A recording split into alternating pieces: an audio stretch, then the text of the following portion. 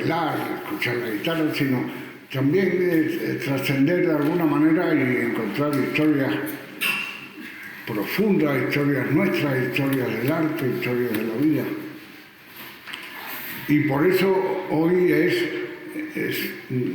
verdaderamente una alegría el poder estar aquí para asistir a este comienzo del 8º Cabildo,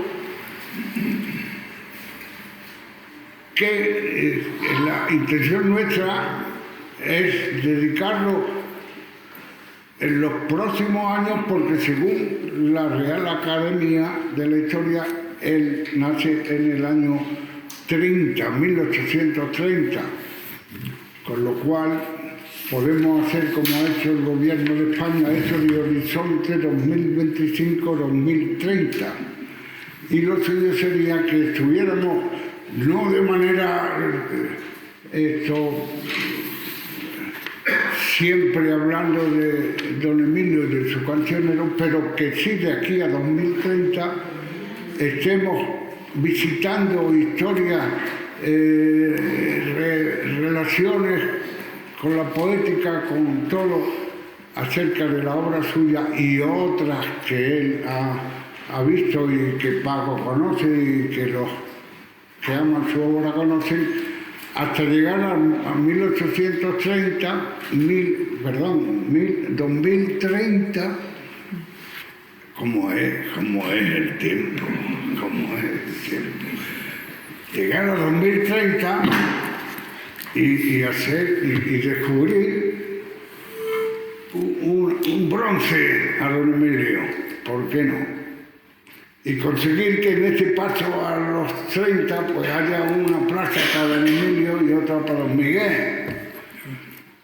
Y conseguir que su obra no solo sea para los grandes eruditos, sino que también la podamos hacer asequible a los que frecuentan internet o a los que frecuentan bibliotecas, y que junto con ellos, buscando el futuro y buscando el horizonte de lo que va a venir, pues nos anclemos en el pasado, que es como las cosas suelen salir bien.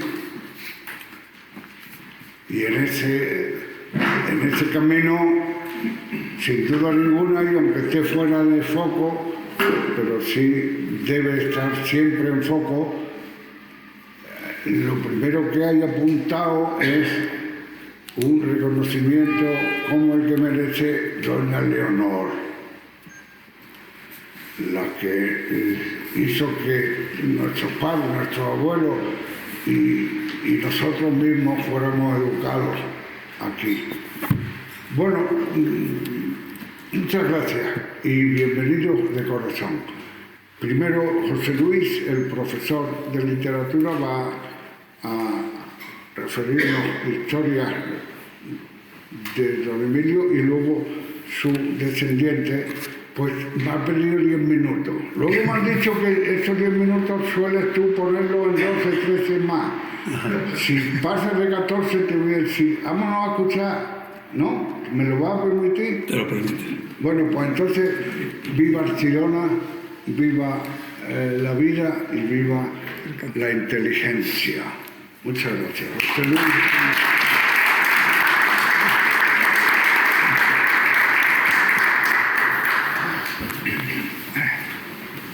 Bueno, buenas noches.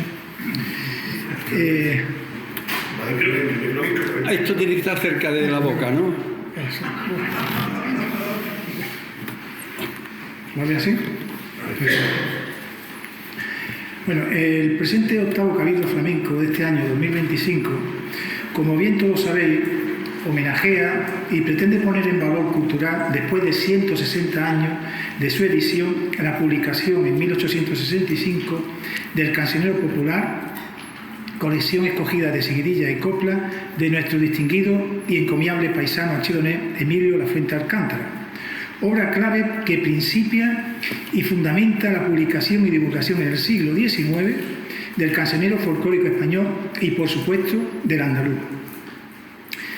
No obstante, será precisamente el padre del poeta sevillano a Antonio Machado, don Antonio Machado Álvarez, quien bajo el seudónimo de Demófilo creara y fundamentara oficialmente en 1881 la Sociedad del Folclore Español y después en 1882 la del folclore andaluz, entendiendo por folclore el saber popular que engloba no solo las canciones, sino también los cuentos, la adivinanza, los dichos, los chascarrillos que el pueblo ha atesorado y divulgado a lo largo de su existencia como esencia anónima de su filosofía existencial.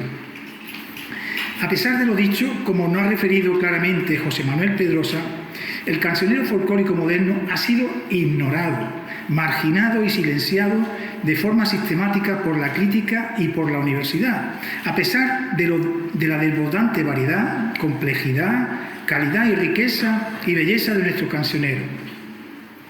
Su desprecio ha obedecido a su consideración de trivialidad y solo se ha otorgado la consideración de auténtica literatura al cancionero viejo medieval, renacentista y barroco, como por ejemplo el cancionero de Baena, el de Estúñiga del siglo XV, el cancionero general y de Palacio del XVI, entre otros.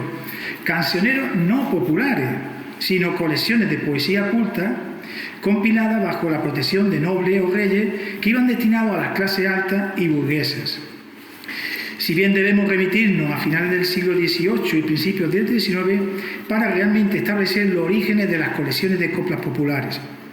Así pues, el primer intelectual que emprendió la tarea en España de recoger de la tradición oral las cancioncillas que entonces salían de boca del pueblo y de reflexionar sobre su importancia y el valor de su tradición, y además defender su valor estético, fue Don Preciso, seudónimo del jurista y folclorista vasco Juan Antonio de Iza Zamacola, con la publicación de su obra, colección de las mejores coplas de seguidillas, tiranas y polos que se han compuesto para cantar a la guitarra, cuyo primer volumen apareció en 1799 y el segundo lo haría en 1802. Poemas populares que sirven como una de las fuentes principales para la elaboración del cancionero popular de nuestro estudioso e investigador Emilio Lafuente. Sin embargo, parece que fue determinante y fundamental, según algunos investigadores, para el surgimiento de estas primeras recopilaciones de los cantes populares en España y otros países europeos, la publicación en Alemania a finales del 18 de la primera obra de recolección de poesía popular, Cancioneros populares, del filósofo y esteta prerromántico alemán Johann Gottfried von Herder. Pues bien, centrándonos en nuestro folclorista archidonés, Emilio Lafuente, referir que nació el 14 de noviembre del año 1830, el mismo año del nacimiento de la reina Isabel II, en el seno de una familia burguesa acomodada y culta de nuestro pueblo. Sus padres, Miguel y Francisca, le estimularon tanto a él como a su hermano Miguel para llegar a ser buenos estudiantes e historiadores muy notables del siglo XIX de la historia árabe, andaluza y española.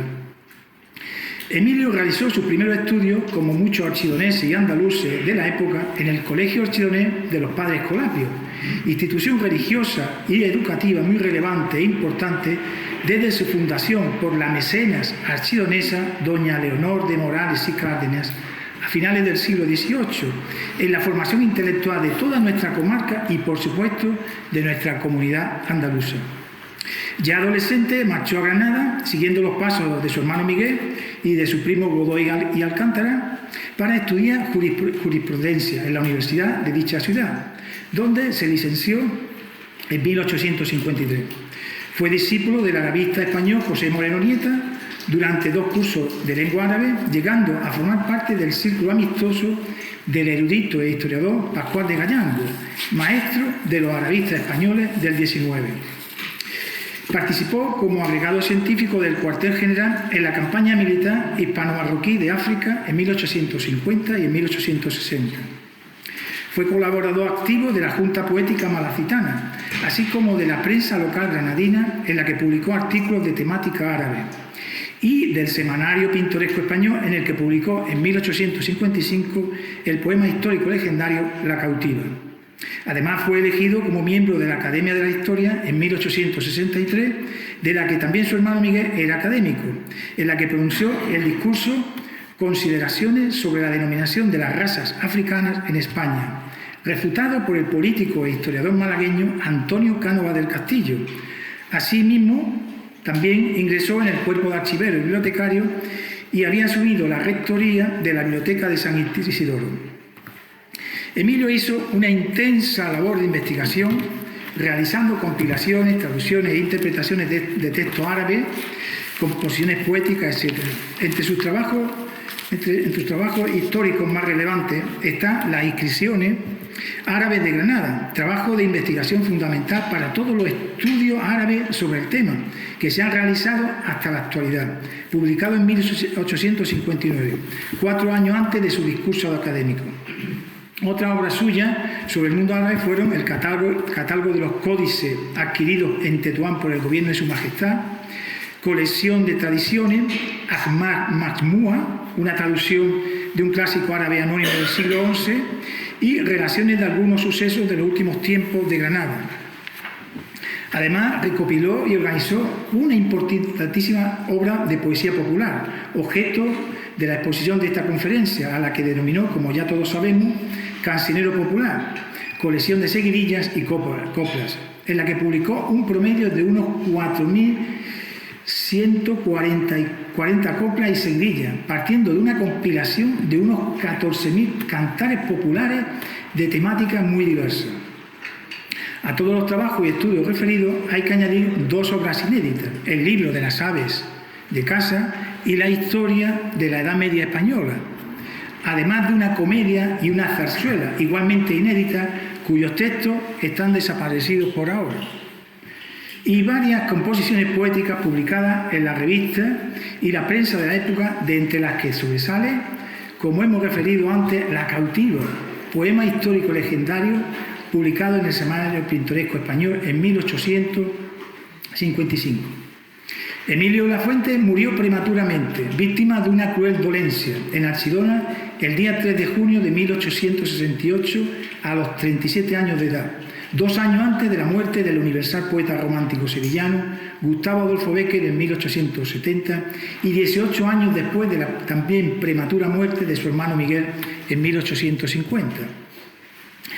El Cancionero Popular fue publicado en Madrid, como hemos referido antes, en 1865, época del romanticismo tardío, por uno de los más importantes libreros del siglo XIX, de origen francés, Carlos Bailly Vallière, en 2 tomos, en los que Lafuente ha seleccionado un promedio de unos 608 seguidillas y unas 3.532 coplas, a partir de unos 14.000 cantares manuscritos, que recogió personalmente de boca del pueblo o de algunos amigos como Tomás de Sancha, Juan Morales, Francisco Escudero y Peroso, que le facilitaron numerosas composiciones, o bien, como dice el propio Emilio, de algunas complacientes andaluzas que se tomaron la molestia ya de recitármelas, ya de escribirlas de su puño y letra.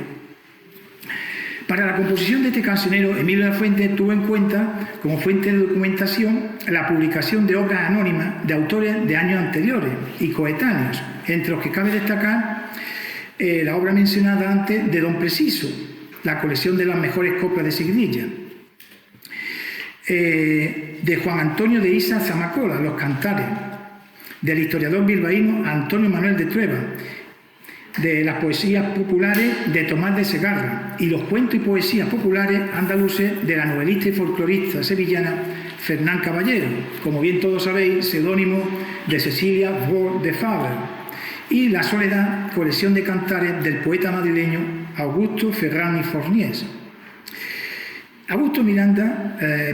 Emilio Lafuente reflexiona en el prólogo sobre la importancia de estas coplas populares para el conocimiento de la esencia de nuestro pueblo, de un ingenio desconocido y siempre oculto, pero el más fecundo de los ingenios, porque se inspira de sus propios sentimientos, y además alude a los prejuicios que ha habido a lo largo de los tiempos por considerar las coplas populares como sencillas, vulgares e inútiles, de ahí que se le haya despreciado en su época y en tiempos pasados y se le haya dado al olvido.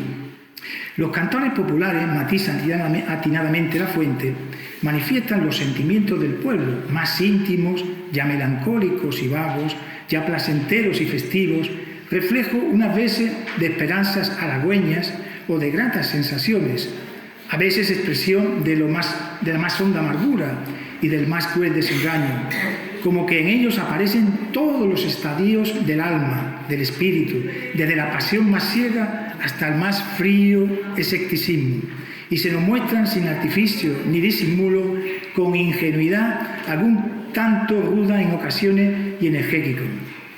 Así pues, el objetivo del trabajo de este cancionero, según Emilio Lafuente, es que sirva no solo para el estudio literario de los textos poéticos, como muestra de verdadera y rica poesía, sino también útil para el estudio de los usos del lenguaje y sentimientos de nuestro pueblo, así como de las costumbres populares.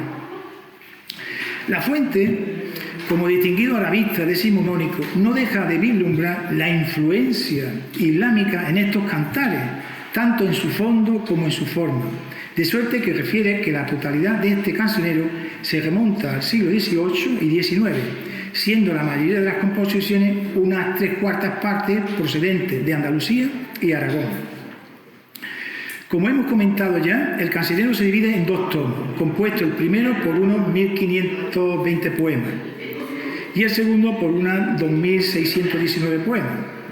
Las formas métricas utilizadas para los poemas son, por una parte, la seguidilla simple de 4 versos hectasílabos y pentasílabos de rimas sonantes los pares, y la misma seguidilla simple con estribillo de 3 versos de rimas sonantes los impares. Y por otra parte, la cuarteta sonantada u octosílaba para la mayoría de las coplas o cantares de 4 versos octosílabos, si bien las hay también de muy pequeña cantidad de 5 o 6 versos.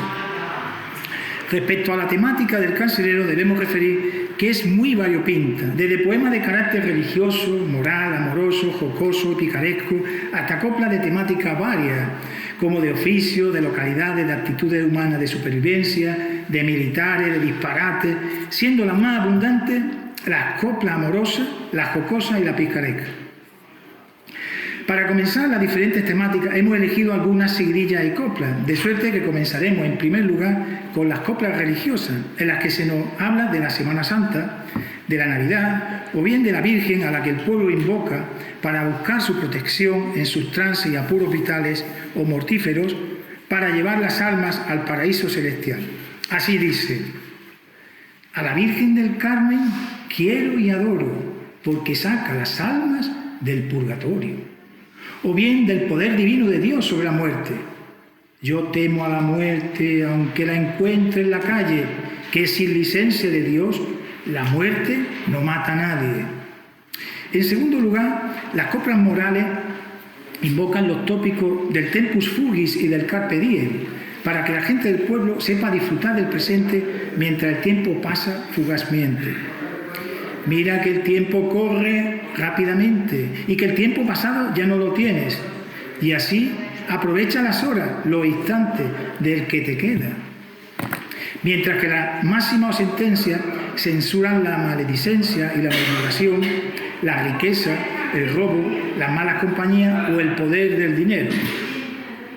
Las malas compañías son una peste, que solo con el trato se pega siempre. Huye pues de ella, que es el único medio de precaverla. En el cielo manda Dios, los diablos en el infierno, y en este pícaro mundo el que manda es el dinero.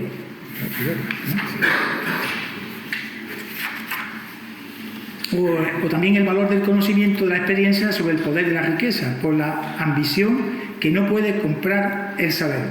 Más vale saber que tener, dice la común sentencia, que el pobre puede ser rico y el rico no compra ciencia. En tercer lugar, las coplas amorosas, las más abundantes de toda la colección, donde el pueblo expresa la felicidad del amor, sus penas y pesares, sus besos, sus fiestas, sus sueños, su estruendo, en fin, todo el horizonte imaginativo del deseo amoroso. Así define el amor el pueblo por medio de una metáfora del fuego. Es el amor una llama, que no la entiendo, pues sin salir el humo se ve el incendio. La sabiduría popular aconseja a la mujer que no se case para no perder su belleza, o si contrae matrimonio, que no lo haga por el dinero como un viejo, porque lo porque lo que comporta soportar la dura vejez del anciano. No te cases, estate siempre bonita, que las rosas de tu cara con los besos se marchitan. No te cases con viejo por la moneda se gasta y el viejo queda. La hermosura de la mujer se relaciona con la naturaleza, a la que a veces supera, para encomiar por parte del amado su belleza.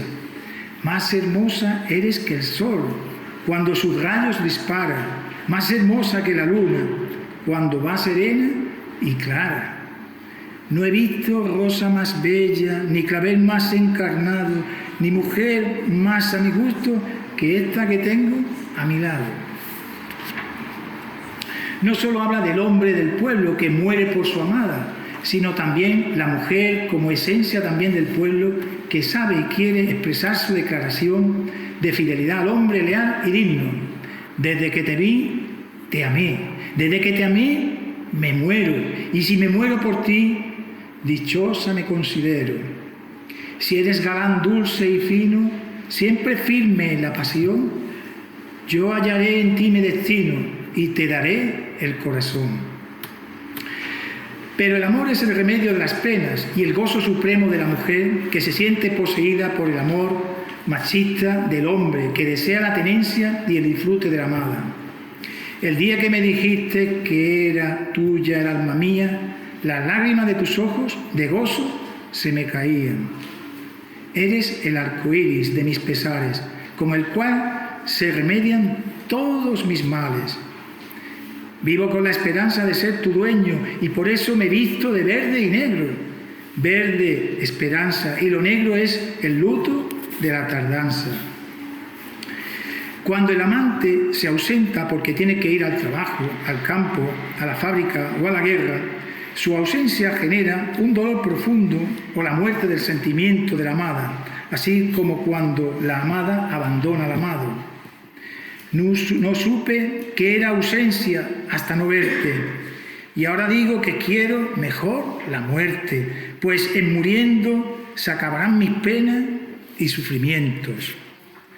Amor mío, si te vas, en tu ausencia yo me muero. Cuando vuelvas me hallarás muerto y sin tener consuelo.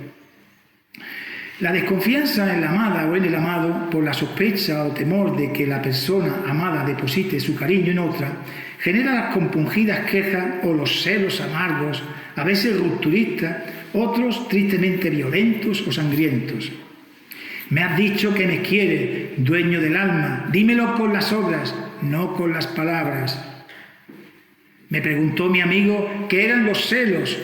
No sabe el bien que tiene con no saberlo. De buena gana trocara yo mi ciencia por tu ignorancia. Desempedraré tu calle y la cubriré de arena para mirar las pisadas de los que rondan tu reja. Si la mujer que camelo otro me la camelara, sacara yo mi cuchillo y a los pies me lo dejara. Puñaladas en mi puerta, cielos, ¿qué sucede aquí? Los hombres se están matando. Madre, ¿será por mí? Eres como la delfa mala gitana, que echas hermosas flores y luego amargan. Pero la única manera de mantener el amor y los fines amorosos que nos proponemos es a través de la constancia y la perseverancia, sin las cuales todo se desvanece como el humo de la candela del deseo. Aunque en 1000 años no vuelvas, yo seré como la mimbre, que la bambolea el aire, pero se mantiene firme. Soy prisionero de tu amor, y lo seré mientras viva, que el prisionero del amor primero muere que olvida. En cuarto lugar, La Fuente nos presenta las coplas jocosas, picarescas y epigramáticas, en las que se satirizan y ridiculizan las actitudes humanas sempiternas. Así se identifican metafóricamente las edades de la mujer con los metales, se parlotea sobre la prostitución femenina, los hijos de las mujeres solteras, los clérigos y los frailes eclesiásticos deseosos de mujeres. Las mozuelas son de oro, las casadas son de plata, y las viudas son de cobre, y las viejas de hojalata. No, razón tiene. Amor antiguamente fue tratado honesto y ahora de tanto trato se ha hecho comercio. En tu casa llora un niño y tú casada no estás. Tu padre no tiene yerno. El niño, ¿de quién será? Me dijiste que era un gato lo que entró por la ventana. En mi vida he visto yo ningún gato con sotana.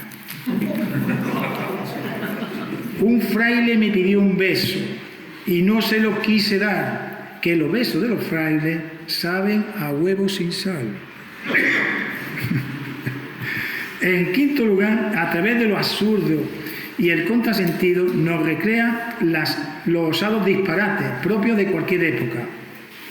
Un ciego estaba mirando cómo se quema una casa, un mudo llamaba gente y un cojo llevaba el agua. Por último, incluye la fuente en el cancionero el apartado de las coplas varias, en las que se adjunta una extensa variedad que se refiere a lugares específicos como Archidona, Antequera, Sevilla, Málaga, a personajes típicos de la época como los contrabandistas, o bien se alude a los pobres, los presos, los estudiantes, los soldados, los marineros, los mineros, los borrachos o los gitanos. En Málaga está la planta, en Antequera el rosal y en Archidona la rosa que me tengo de llevar. Sevilla del alma mía, Sevilla de mi consuelo, quien estuviera en Sevilla, aunque durmiera en el suelo. Contrabandista es mi padre, contrabandista es mi hermano, contrabandista de ser aquel a quien yo dé mi mano. ¿De qué le sirve al cautivo tener los grillos de plata y las cadenas de oro si la libertad le falta? La mujer que no ha tenido amor con un estudiante no sabe lo que es canela ni tampoco chocolate. Soldado soy, qué remedio, así lo quiso mi suerte, y no me pesa el fusil, pero sí dejar de verte. Marinero es el que canta, marinero es el que toca, marinero ha de ser aquel que besa mi boca. Valiente e ignorante es el que a las minas se va, cuando las minas mejores se quedan en el lugar. Con un vasito de vino y otro vaso de aguardiente y otro vaso de mistela se pone un hombre caliente.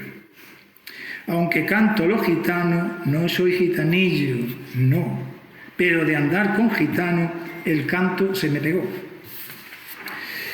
Como se habrá podido comprobar a partir de todo lo dicho y de la antología de coplas declamadas, este cancionero popular tiene una riqueza cultural desmedida a partir del cual podemos conocer la actitud humana, los sentimientos, los comportamientos, la religiosidad, el lenguaje, los oficios de todas aquellas personas que configuran y configuramos el pueblo: ricos, pobres, borrachos, amantes, curas, mujeres, estudiantes, presos, marineros, soldados y, por supuesto, estudiar y valorizar las raíces profundas de nuestro imaginativo y maravilloso cante flamenco.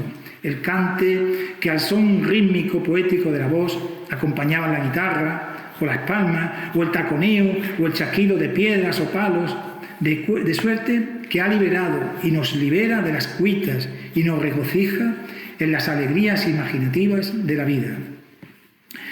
Para finalizar, solo resta decir que pongamos en valor universal en nuestro pueblo de Archidona este cancionero popular, pionero y asombroso arte poético, patrimonio de los pueblos de España, y por supuesto a su denodado artífice, Emilio La Fuente Alcántara, poco conocido desgraciadamente, así como también a otros muchos archidoneses relevantes de la historia y la cultura española que permanecen olvidados en la oscuridad de la memoria, tales como Miguel Cabello de Balboa, creador de la novela incaica, o Fray Juan Solán, obispo del Cusco en el Perú del siglo XVI. Viva el cabildo flamenco, viva el cancionero popular, viva Emilio La Fuente, viva.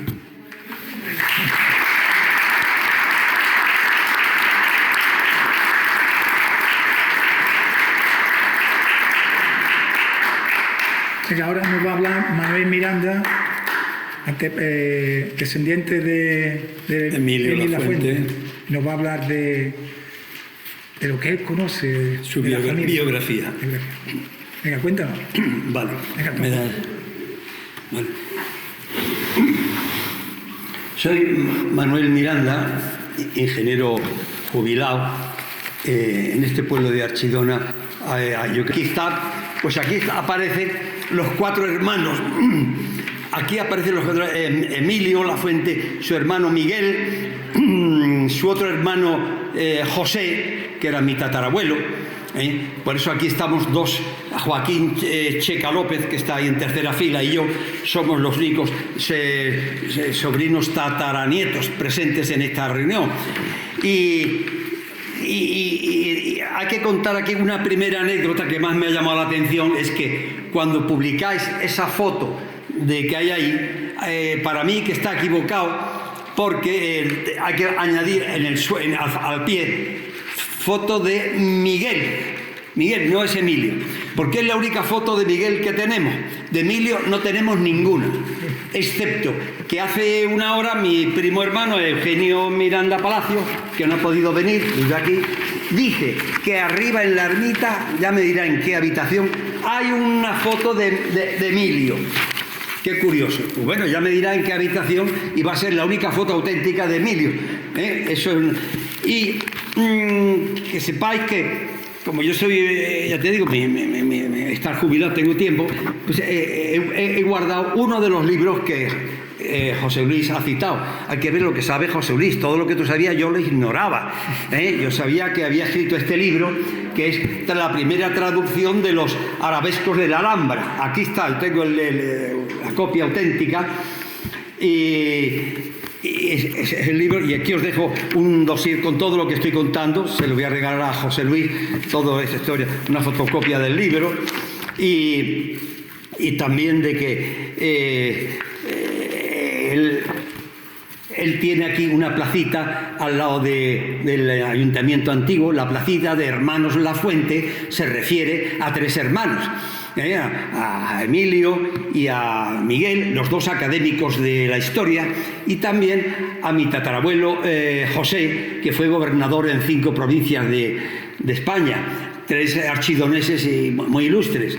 Placita de Hermanos Lafuente de Alcántara, en cuya placita puse yo hace 6 años la estatua de un primo de esos 3 hermanos, de su primo, el almirante Augusto Miranda y Godoy, creador del arma submarina. La estatua que veis allí en esa placita la puse yo hace 6 años. Y anécdota suya es que esta es su madre. Esta es la foto de su madre. Su madre eran 5 hermanos archidoneses ilustres, 2 hermanas y 3 hermanos. 5 archidoneses ilustres, que casualmente los 5 fueron retratados al óleo en cuadros grandes, enmarcados en un marco dorado, como estáis viendo, y pintados por los pintores más famosos de la época. Por ejemplo, la madre fue pintada por Esquivel, y otro de los tíos fue pintado por Vicente López, pintó a estos 2 hermanos. Otro hermano fue Rafael, mi tatarabuelo, que fue alcalde de Archidona.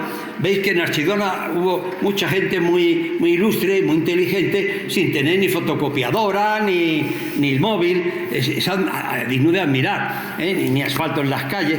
Y aquí os he regalado una mini biografía de él, que ya tú la has insinuado, no sé si habría algo más que añadir, de él, Emilio, excelentísimo señor, académico de la historia, historiador, arabista, tradujo las inscripciones árabes que había en la Alhambra, pero fue su hermano Miguel, de esa foto, el que escribió la historia de toda la Alhambra, de Granada, de Granada entera, solo de la Alhambra, ¿no?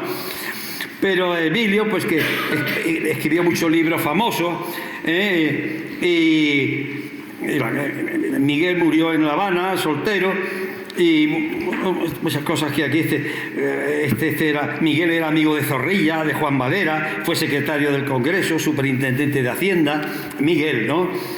Y la anécdota de que la madre que está aquí, esta madre, vivía en los 4 Cantillos, Y un día, año 1868 creo que fue, pasó por aquí la reina Isabel II y más que de día, vino por la mañana, conmigo se fue por la tarde. Paró a visitar a esta señora. Mira que había aquí 4.000 habitantes en Archidona en aquella época.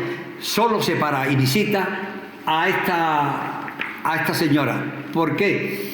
Pues porque la reina Isabel II tenía como confesor al hermano, a uno de los 5 hermanos. Uno de esos 5 era don José Alcántara y Navarro. Uno de esos 5 era uno de los 2 confesores que tenía la reina Isabel II. Entre Isabel I y Isabel II, todas las reinas tenían un par de confesores por cuestiones de seguridad nacional. Pues un archidonés era el confesor de Isabel II. Y por eso paró a visitarla. Y no sé si hay alguna cosa más que tengan que contar de anécdota de familiar. Pues yo creo que con eso es todo. Este material se lo voy a dejar a Solís. Y bueno, pues yo creo que eso es todo, que tenemos que estar orgullosos de que Archidona sea un pueblo tan culto y me parece muy oportuno que recordemos. Yo no sabía nada de lo que tú has contado hoy, esta tarde me he enterado. Ahora me queda como tarea eso, es subir a la ermita, a ver quién sube el primero y encuentra la foto del auténtico Emilio Lafuente Alcántara. Pues yo creo que con eso ya he terminado, han pasado ya los 10 minutos. Ha pasado lo justo. Estupendo, pues gracias por vuestra atención,